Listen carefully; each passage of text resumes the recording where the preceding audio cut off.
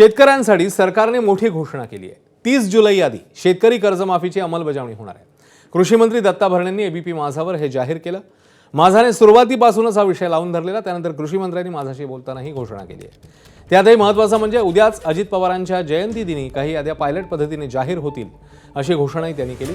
30 जुलैच्या आज सर्वच लाभार्थ्यांना ही रक्कम मिळेल। 3 ते 4 हजार कोटींची वाढ या कर्जमाफीच्या रकमेत असेल। साधारणपणे 36.5 कोटींची कर्जमाफी आहे।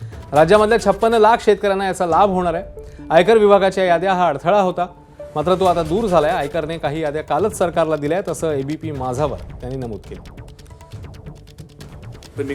प्राथमिक स्वरूपामध्ये कदाचित उद्या 22 तारखेला दादांच्या जयंतीच्या निमित्तानं मुख्यमंत्री महोदयांचा देवेंद्र फडणवीस साहेबांचा वाढदिवस आहे।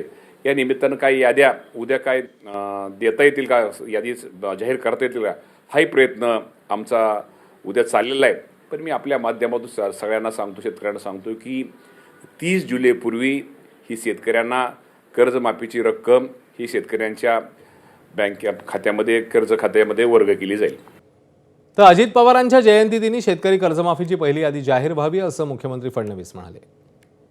प्रयत्न आहे की उद्या पहिली यादी जी आहे ती जाहीर व्हावी।